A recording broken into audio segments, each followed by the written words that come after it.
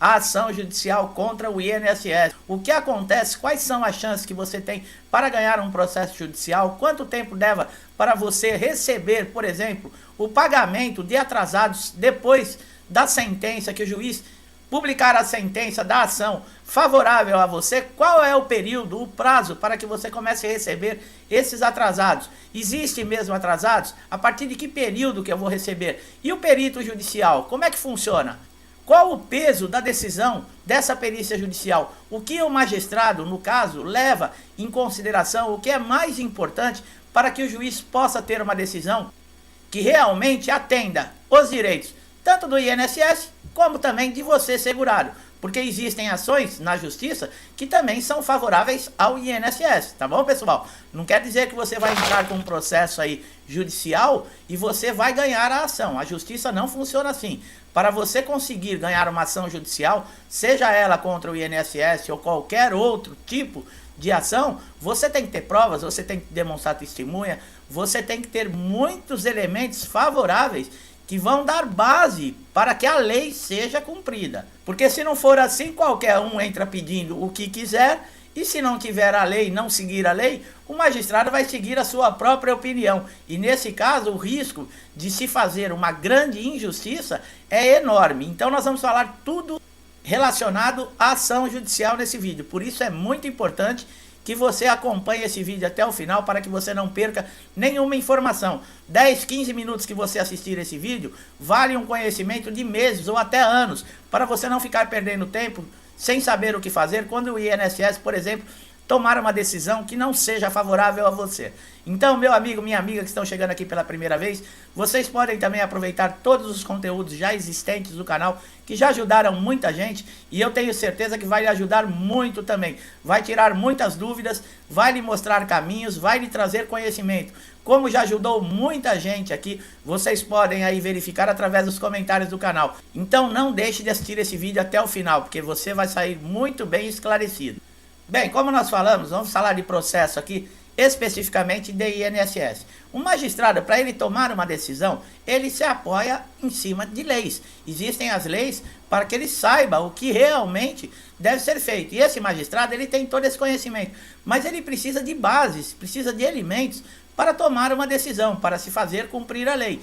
Quando um segurado do INSS, que teve seu pedido negado, por exemplo, um pedido de auxílio-doença, um pedido de pensão por morte, um pedido de auxílio-acidente, o INSS legou, por exemplo, foi necessário, nos benefícios de incapacidade, se passar por uma perícia judicial. Esse benefício foi negado, o perito não constatou nenhuma incapacidade e não respeitou, muitas vezes injustamente, o direito desse segurado.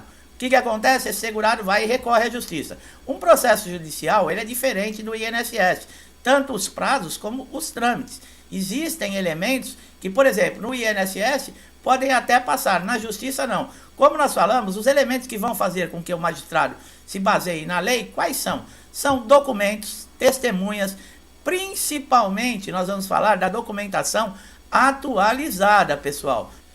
Tanto no INSS como também nas ações judiciais, você apresentar laudos, documentos, laudos de fisioterapia, receituários, demonstrar para esse magistrado que você realmente tem a incapacidade. Isso é demonstrado não com a sua palavra, mas sim com a documentação. Por isso é muito importante estar atualizado, como nós falamos, um laudo médico com no máximo 30, 60 dias, com o seu nome, carimbo do médico, CRM do médico, o CID da doença, tá? No INSS é importante, mas também na ação judicial é muito importante.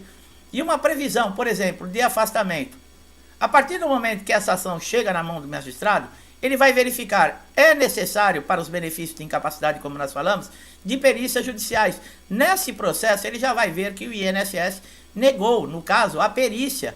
Constatou que não existia incapacidade. Ele não vai julgar em cima da decisão do perito. O magistrado, ele tem disposição dentro da justiça, peritos judiciais. Existem peritos judiciais para todos os tipos de processo. Para o INSS, esses peritos judiciais geralmente são especialistas médicos. Por exemplo, no caso de ortopedia, neurologia, que são os pedidos de incapacidade mais solicitados dentro do INSS e também os que têm mais ação judicial, principalmente o de incapacidade temporária, que é o antigo auxílio-doença. Então, o que o magistrado ele vai fazer? ele vai convocar um perito judicial da sua confiança. E no caso, por exemplo, o problema é ortopédico, esse perito ele vai ser um especialista em ortopedia. O problema é neurológico, vai ser um neurologista, um especializado em neurologia. Como também tem problemas psiquiátricos, existem diversos problemas e o magistrado vai procurar adequar esse perito para que ele seja um especialista nessa área. Agora, a palavra do perito, ela define o processo? Veja bem, o perito ele tem uma responsabilidade muito grande. Inclusive, no caso, por exemplo, do perito não se manifestar com relação ao processo, ele pode perder até a sua credencial de perito judicial. Existem casos de punição dentro da lei para os peritos que não se manifestarem. Então, nesse caso, o perito judicial ele é obrigado a se manifestar. Mas será que ele é favorável ao INSS ou será que ele é favorável aos segurados do INSS? Deve haver uma imparcialidade, pessoal. Ele não pode ser favorável nem do INSS, também nem favorável a você, segurado.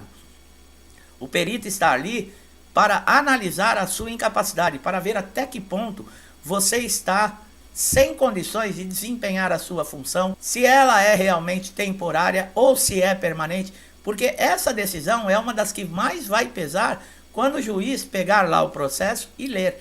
A primeira coisa que ele vai ver, bom, o perito do INSS negou o benefício para esse segurado alegando que não existe uma incapacidade, mas o meu perito aqui judicial, ele constatou sim a incapacidade, inclusive se ela é severa, se ela é leve, ou então se ela é uma incapacidade permanente que pode gerar, por exemplo, uma aposentadoria por invalidez, que é no caso a incapacidade permanente, que também mudou o nome. Em muitos casos, processos aí que entraram, por exemplo, segurado solicitando na justiça auxílio-doença, quando chegou na frente do perito judicial dessa avaliação, esse especialista, no caso que o segurado estava sofrendo, ele verificou e diagnosticou que aquele segurado ele não teria mais condições de exercer nem a sua função, nem outra função. E o processo foi modificado de auxílio-doença, de uma concessão para auxílio-doença, para aposentadoria por invalidez. Muita gente não sabe disso, nós já demos essa informação aqui no canal, e o magistrado, no caso, aceitou a determinação, aceitou esse diagnóstico que esse perito judicial fez e mudou o processo e aposentou esse segurado por invalidez. E esse segurado havia pedido um auxílio-doença. Olha como é que funciona as coisas, pessoal. Muitas vezes a pessoa que é leigo, a pessoa que não tem conhecimento, que nunca teve contato com essa área, nem sabe disso. E você pode procurar aqui na internet, poucos canais falam sobre esse assunto. Nós já falamos em um vídeo aqui, eu não sei quanto tempo atrás, quantos vídeos atrás, mas nós já citamos que existe essa possibilidade. E existe realmente. Agora também existe a possibilidade do perito judicial indeferir, ele também negar, ele falar que você não está incapacitado para o trabalho, que você pode sim retornar para a sua função. E aí, o que acontece? Acabou o processo? O perito falou que não? Como é que funciona tudo isso? Bem, existem casos que o próprio juiz, o próprio magistrado, ele chama esse segurado, por exemplo, para fazer uma entrevista com esse segurado. Muitas vezes nessa entrevista nós já falamos que quando o juiz detecta, por exemplo, que esse segurado ele está passando por um problema que pode colocar em risco até a subsistência da sua família, por ele não ter nenhum outro tipo de renda e estar aguardando a decisão do processo para poder pagar as suas contas, receber o que é direito, pagar as suas contas, sustentar a sua família, muitas vezes o próprio magistrado já concede a tutela antecipada, como nós já falamos em outros vídeos aqui. Não é obrigatório e não é um caso que acontece sempre. Mas você pode colocar a sua situação para o juiz, num caso, numa entrevista que você tiver com ele. Nesse caso do perito judicial, se você contestar, por exemplo, essa decisão que foi indeferida pelo perito judicial, o juiz pode determinar que você faça uma nova perícia com outro perito. Mas aí também entra o que nós sempre falamos, né, pessoal? O corporativismo. Um perito judicial especializado em ortopedia, por exemplo, ele não vai negar a decisão e o diagnóstico de um outro perito judicial especializado em ortopedia. Quer dizer, fica sem saída. Nesse caso, foi indeferido? O juiz pode levar em consideração, porque é a parte mais importante da comprovação que existe o direito de você receber o benefício. É o diagnóstico, sim, da incapacidade. A partir do momento que não é detectado essa incapacidade, fica muito difícil você conseguir uma decisão favorável a você, né? E o magistrado ele vai levar isso em consideração. Encerra-se o processo, você não conseguiu o benefício. O que você deve fazer? Bem, você pode entrar no INSS novamente com um novo pedido para tentar conseguir um novo benefício. Agora, no caso, você que está empregado, você retorna para a sua empresa, porque a partir do momento que essa ação foi indeferida e você perde lá no INSS, o INSS negou, a ação judicial também, ela foi indeferida, você retorna para a sua empresa. Quando você chega na sua empresa, você vai ter que passar novamente por um médico do trabalho. E esse médico do trabalho, ele vai ter conhecimento de tudo que está acontecendo com você. Você retorna ao seu trabalho. Você que está empregado, é claro.